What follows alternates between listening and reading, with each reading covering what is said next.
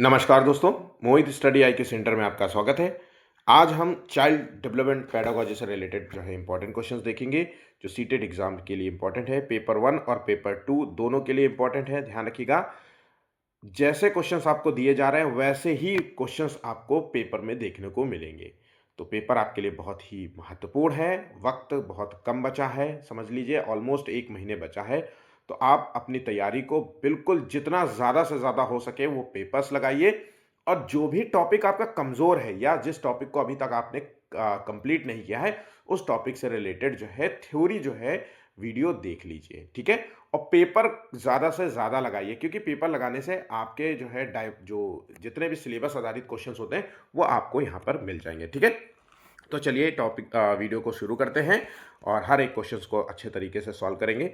Video अच्छा लगे तो प्लीज़ वीडियो को लाइक ज़रूर कर लीजिएगा। 100 लाइक्स का टारगेट है, और शेयर कीजिए अपने दोस्तों के साथ ताकि वो भी इस वीडियो का लाभ ले सके। और चैनल को सब्सक्राइब नहीं किया तो प्लीज़ चैनल को भी आप सब्सक्राइब कर सकते हैं। आप किसी भी क्वेश्चन से रिलेटेड कोई भी क्वेरी हो, कोई भी इश्यू हो, तो आप हमें कमेंट भी कर सकते हैं, ठीक है?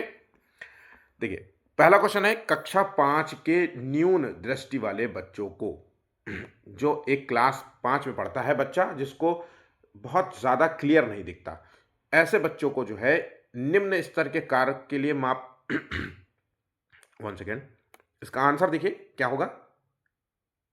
इसका सही आंसर है ऑप्शन सी, कक्षा में सामान्य रूप से व्यवहार करना चाहिए और ऑडियो सीडी के द्वारा जो है सहायता प्रदान करनी चाहिए।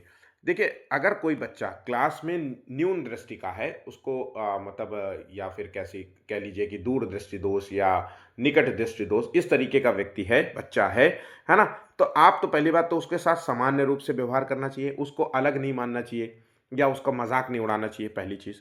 दूसरी बात है कि उसको क्लास के सबसे आगे वाली बेंच में बैठा लिए ताकि वो बोर्ड को बहुत अच्छे तरीके से साफ रूप में दिख पाए, है ना? उसके बाद टीचर को बहुत अच्छे क्लियर शब्दों में थोड़ी आवाज़ को ऊंची करके जो है अपने जो है टॉपिक्स को पढ़ाना चाहिए। उसके बाद ऑडियो वाली जो है क्लास तो रखनी ही रखनी चाहिए, है ना? ये सब चीज़ें हम यूज़ कर सकते हैं बच्चे के संदर्भ में। नेक्स्ट क्वेश्चन है, यदि शिक्षार्थी पाठ के दौरान लगातार गलतियां करते हैं तो शिक्षक को क्या करना चाहिए?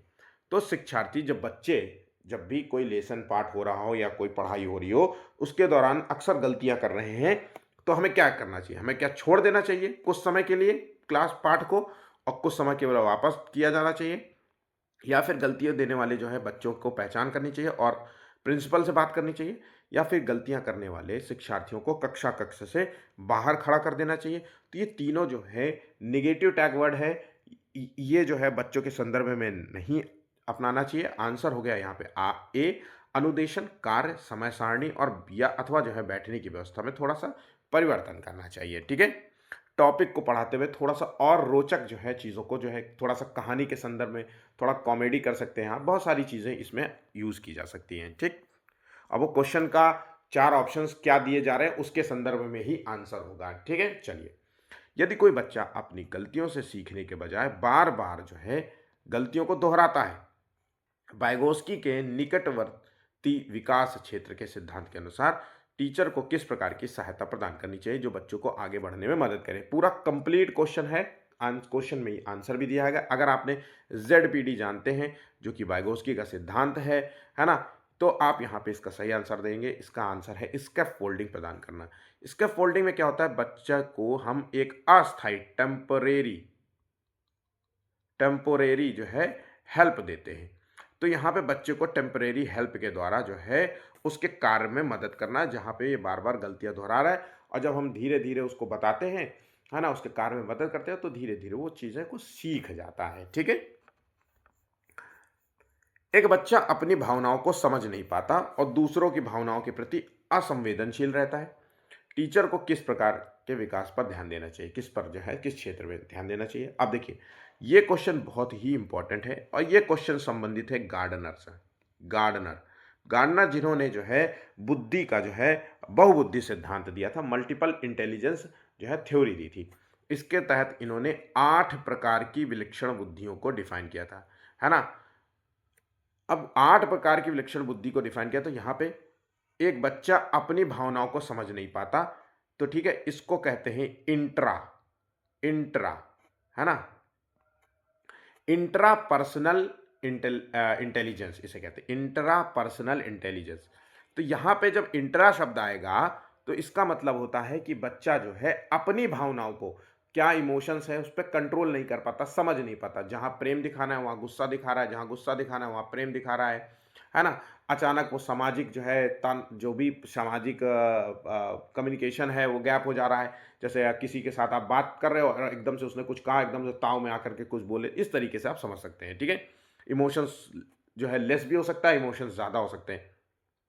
उसके बाद दूसरों की भावना की बात कर रहा है तो यहाँ पे इंटरपर्सनल हो गया। इंटरपर्सनल इंग्लिश टर्म याद रखना, आंसर तो यहाँ पे हालांकि बी है, अंतर्वैयक्तिक और अंत वैयक्तिक बुद्धिमत्ता। ठीक है,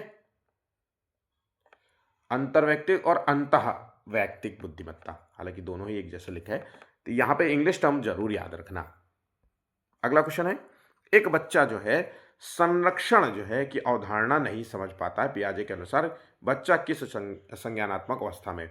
अब बच्चा कंजर्वेशन को नहीं समझ पा रहा है, संरक्षण की अवधारणा को नहीं समझ पा रहा है, जो कि संबंधित है पूर्व संक्रियात्मक अवस्था से।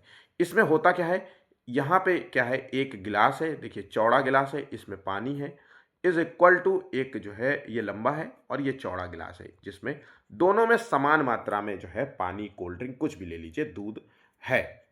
लेकिन बच्चा इस अवधारणा को नहीं समझ पाता, उसको लगता है कि इसमें ज़्यादा पानी है और इसमें कम है, या फिर उसको लगता है कि इसमें ज़्यादा पानी है और इसमें कम है। तो इस तरीके से यहाँ पे समझ सकते हैं, पूर्व संक्रियात्मक अवस्था इसे नाम देंगे। ये दूसरा चरण है, पियाजे के अनुसार 4 चरण थे, संज्ञानात्मक अवस्था के 4 चरण, और चरण में ये दूसरा चरण है। ठीक है, मेरा मानना है कि आप पियाजे को अच्छे तरीके से रट डालिएगा, एक एक पॉइंट्स आपको रटे होने चाहिए, क्योंकि पेपर 1 और पेपर 2 दोनों में 4-4 क्वेश्चंस, 3-3 क्वेश्चंस देखने को मिल जाएंगे। ठीक, नेक्स्ट क्वेश्चन है, एक बच्चा नई भाषा तेजी से सीखता है भले ही उसे औपचारिक शिक्षा ना दी गई हो, चॉम्स्की के किस सिद्धांत का प्रमाण है। अब यहाँ पे बच्चा नई भाषा तेजी से सीखता है और भले ही औपचारिक शिक्षा नहीं दी गई हो, तो बच्चे में जो सीखने की जो क्षमता होती है वो जन्मजात होती है, जन्मजात होती है।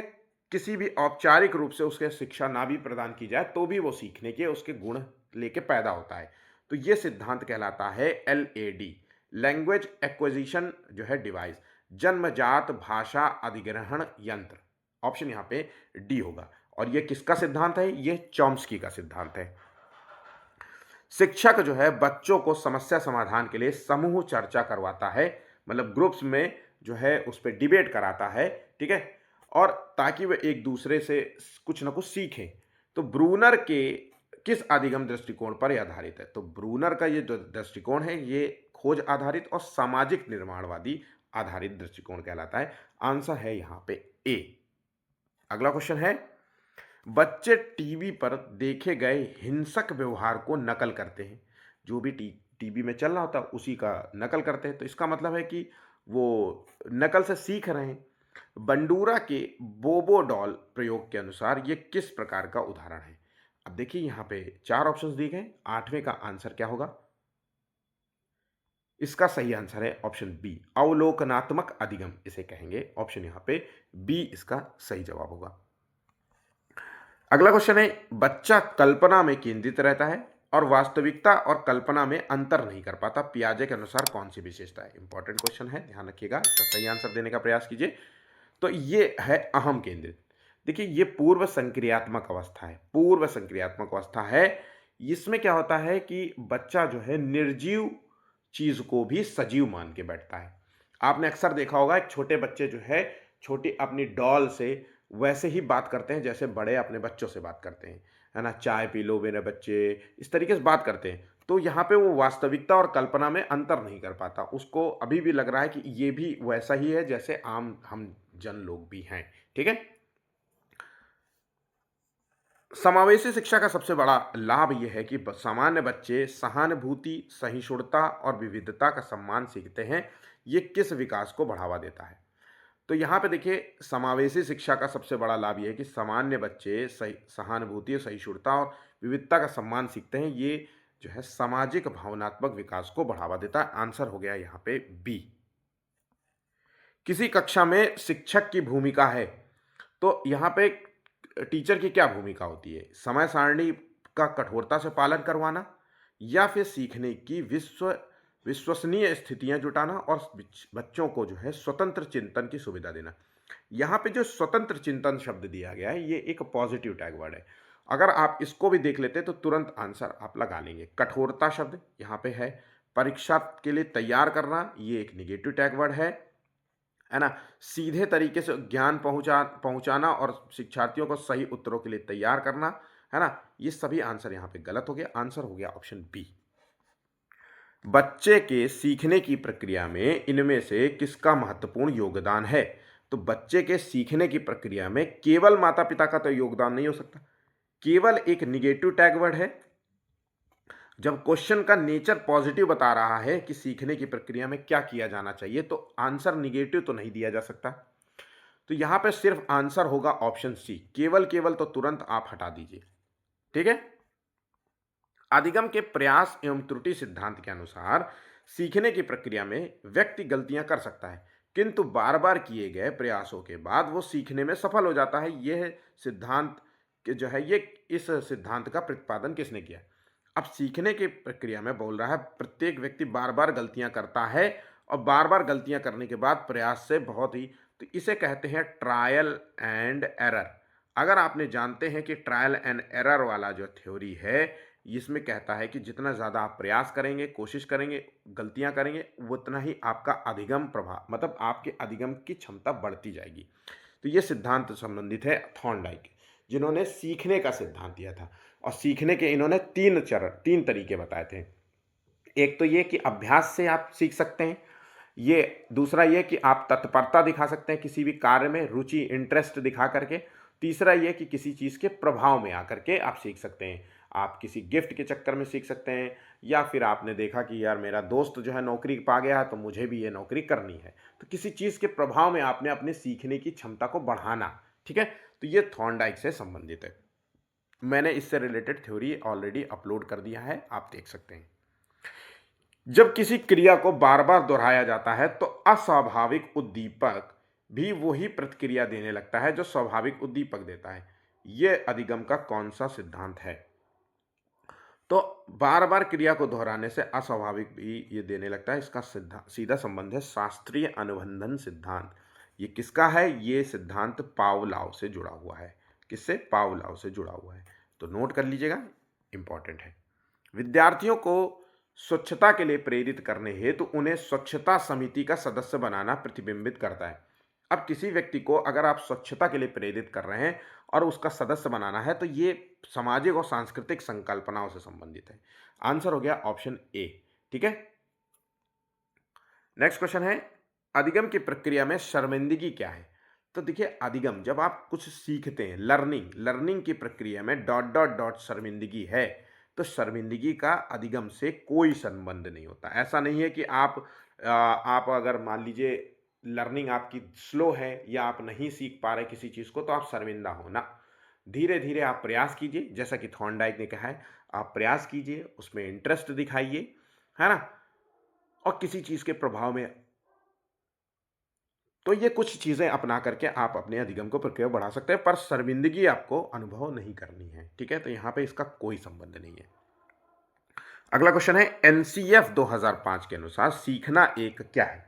तो सीखना एक ज्ञान निर्माण की एक प्रक्रिया है या ज्ञान अवरुद्ध करने की प्रक्रिया है? अवरुद्ध तो नहीं होता है सीखने से, या फिर सीखना व्यक्ति के विकास को प्रभावित करती है, या उपरोक्त में से कोई नहीं। तो सीखना जो होता है ये एक ज्ञान निर्माण की सबसे ज्यादा तर्कसंगत आंसर ऑप्शन यहाँ पे ए ही सही होगा। ऑप्शन यहाँ पे ए राइट है। भीड़ भाड़ वाली कक्षाओं में डॉट डॉट अध्यापन की बात करना निरर्थक है। तो भीड़ भाड़ वाली कक्षाओं में हम जो है सृजनशीलता अध्यापन की बात करना निरर्थक। देखिए, भीड़ भाड़ है, यहाँ पे सृजनशीलता की अगर बात करेंगे, हर बच्चे की अपनी जो है व्यक्तिगत जो है क्षमता होती है, तो वहाँ पे सृजनशीलता, क्रिएटिविटी जैसे जो है स्किल्स की बात करना निरर्थक है, कोई फायदा नहीं है। तो यहाँ पे आंसर हो गया ऑप्शन डी।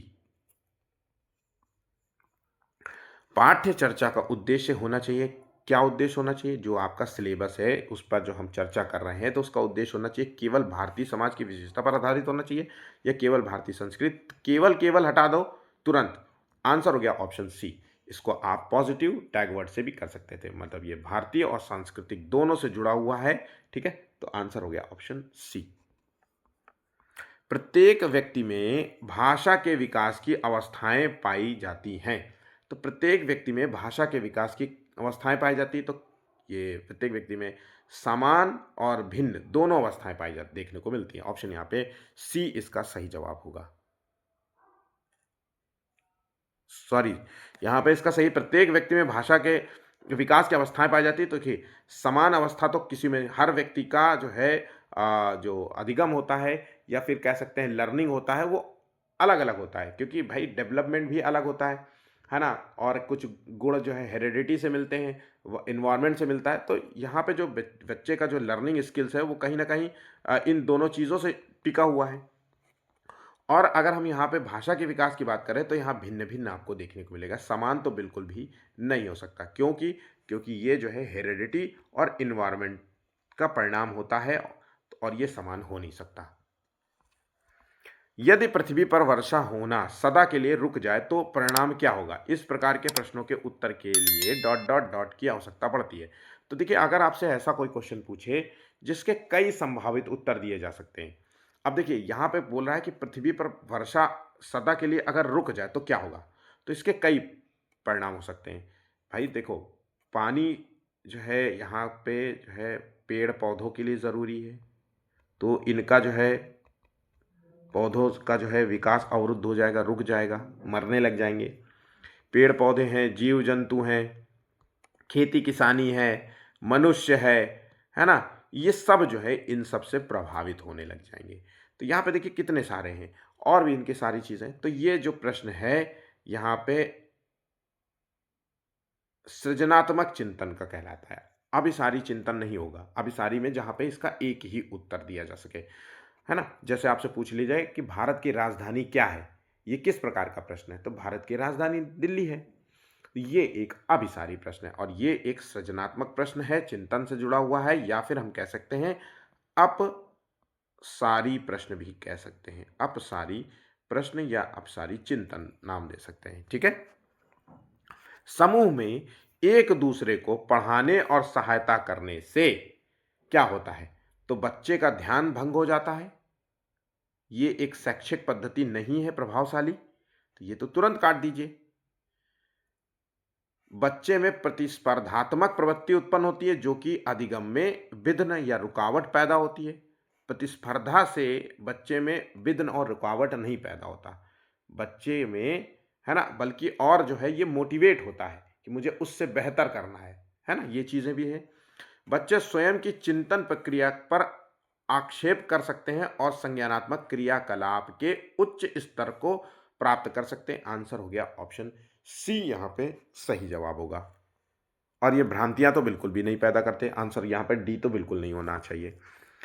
निम्नलिखित में से कौन सी समस्या समाधान की वैज्ञानिक पद्धति का पहला चरण है? अगर हम समस्या के समाधान की बात करें तो समस्या के प्रति जागरूकता यहाँ पे पहला चरण है, ठीक है। निर्माण करना तो तब होगा जब जागरूक होगे, परीक्षण तो तब होगा जब आप उस पर जागरूक होगे, उसमें जानकारी एकत्र करोगे, फिर जानकारी एकत्र करने के बाद उस जानकारी को जो है सही से यूटिलाइज करोगे, यूज़ करोगे, निर्माण करोगे, फिर जा करके कहीं आप उसका परीक्षण करेंगे। तो आंसर यहाँ पे सी इसका सही जवाब होगा, ठीक है। प्रगतिवादी शिक्षा क्या है? तो प्रगतिवादी शिक्षा में प्रोग्रेसिव जो एजुकेशन होता है, जहाँ पर हम बच्चों को हम ये ध्यान देते हैं कि बच्चा कितना ग्रोथ कर रहा है, कैसे ग्रोथ कर रहा है, कोई कमियां है तो उसको निदान करेंगे, है ना, उसकी सीखने की क्षमता को बढ़ाएंगे। वो जिस चीज़ में अच्छा है उसको हम अच्छे से उसको और जो है रैशनिंग करेंगे, मतलब उसको तराशेंगे, है ना। अगर वो पढ़ाई में अच्छा है तो पढ़ाई में उसका ध्यान देंगे, अगर क्रिएटिविटी में अच्छा है तो क्रिएटिविटी में, अगर खेल में अच्छा है तो खेल पर ध्यान देंगे। तो यही प्रगतिशील शिक्षा का मूल उद्देश्य होता है और स्कूल इस उद्देश्य को पूरा करता है ना। तो यहाँ पे जो 24 का आंसर होगा, देखिए यहाँ पे देख लेते हैं क्या है। पुस्तकाधारित होता है, ये अनुबंधन और पुनर्वलन के सिद्धांत पर आधारित होता है, आलोचनात्मक चिंतन पर अधिक बल देता है, समस्या समाधान और आलोचनात्मक चिंतन पर अधिक बल देता है। आंसर हो गया ऑप्शन डी। संज्ञानात्मक विकास जो है मध्य बाल्यावस्था तक तेजी से विकसित होता है और फिर ठहर जाता है। मानव जो है मध्य बाल्यावस्था के चरण के बाद नई चीजें नहीं सीख पाते। अब देखिए, मध्य बाल्यावस्था तक तेजी से विकसित होता है, फिर ठहर जाता है कह रहा है, मतलब रुक ही जाता है। तो जबकि संज्ञानात्मक विकास बच्चे का जो चलता ही रहता है, निरंतर चलता रहता है, ऐसा नहीं है। हाँ, आगे जैसे जैसे आगे बढ़ता जाता है वैसे वैसे उसके विकास की प्रक्रिया थोड़ी सी स्लो जरूर होती है, लेकिन ठहरना तो बिल्कुल भी नहीं होता। मानव मध्य बाल्यावस्था के कई चरण नहीं सीख पाता, तो ये भी है। तो यहाँ पे जो आंसर है वो है ऑप्शन, यहाँ पे सी इसका सही आंसर होगा। ठीक है, तो कुछ इस प्रकार के एग्जाम में आपसे क्वेश्चंस देखने को मिलेंगे। अच्छे से इनको प्रिपेयर कर लीजिएगा। वीडियो अच्छा लगा हो तो प्लीज़ लाइक कर लीजिएगा, शेयर कीजिएगा। चैनल को सब्सक्राइब नहीं किया तो प्लीज़ चैनल को भी सब्सक्राइब कर लीजिएगा। मेरा नाम जो है मोहित चक्रवैश है और आज का वीडियो यहाँ पे समाप्त हो जाता है। ठीक है, धन्यवाद।